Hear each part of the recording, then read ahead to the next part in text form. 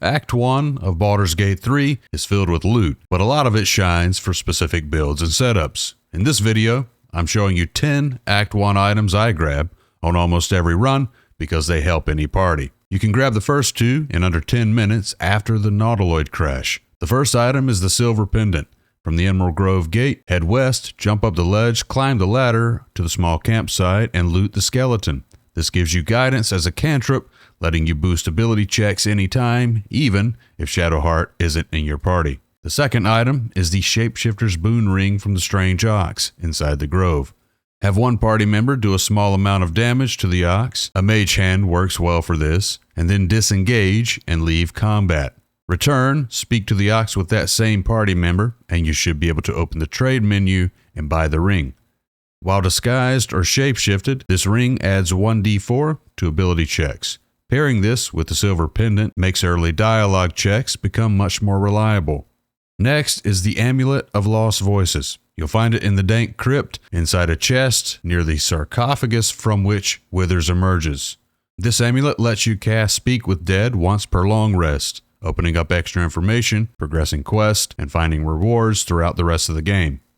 You can grab the Haste Helm from the Blighted Village in the moss-covered chest out in the open.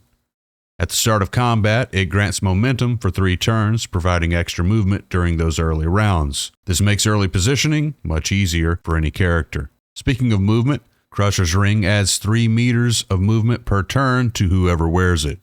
After your interaction with Crusher in the Goblin Camp, you can loot him for the ring. Extra movement every turn is universally valuable for melee, ranged, or casters. Another useful pickup is the Amulet of Misty Step, which you can find inside Priestess Gut's room. This allows you to cast Misty Step once per short rest, making it useful both in combat for repositioning and outside combat for exploration and traversal. After rescuing Volo, speak with him back at camp and use the trade menu in the bottom left. He sells the Whispering Promise Ring. You should equip this ring on your healer or your preferred potion tosser, because whenever the wearer heals someone, it applies Bless.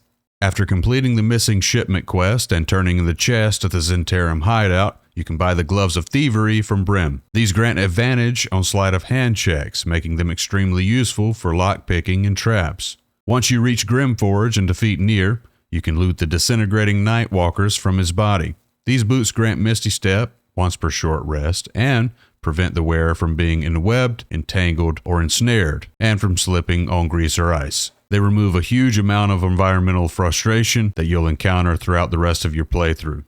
Finally, you can earn the Ring of Protection from Mole by delivering the idol from the Emerald Grove. After dealing with Kaga and the Shadow Druids, steal the idol and give it to Mole. This ring grants +1 to armor class and +1 to saving throws, making it one of the most universally useful items in Act 1. And that's it. 10 Act 1 items that are useful in nearly any party composition and across many situations in Baldur's Gate 3. Thanks for watching. Good luck. Take care.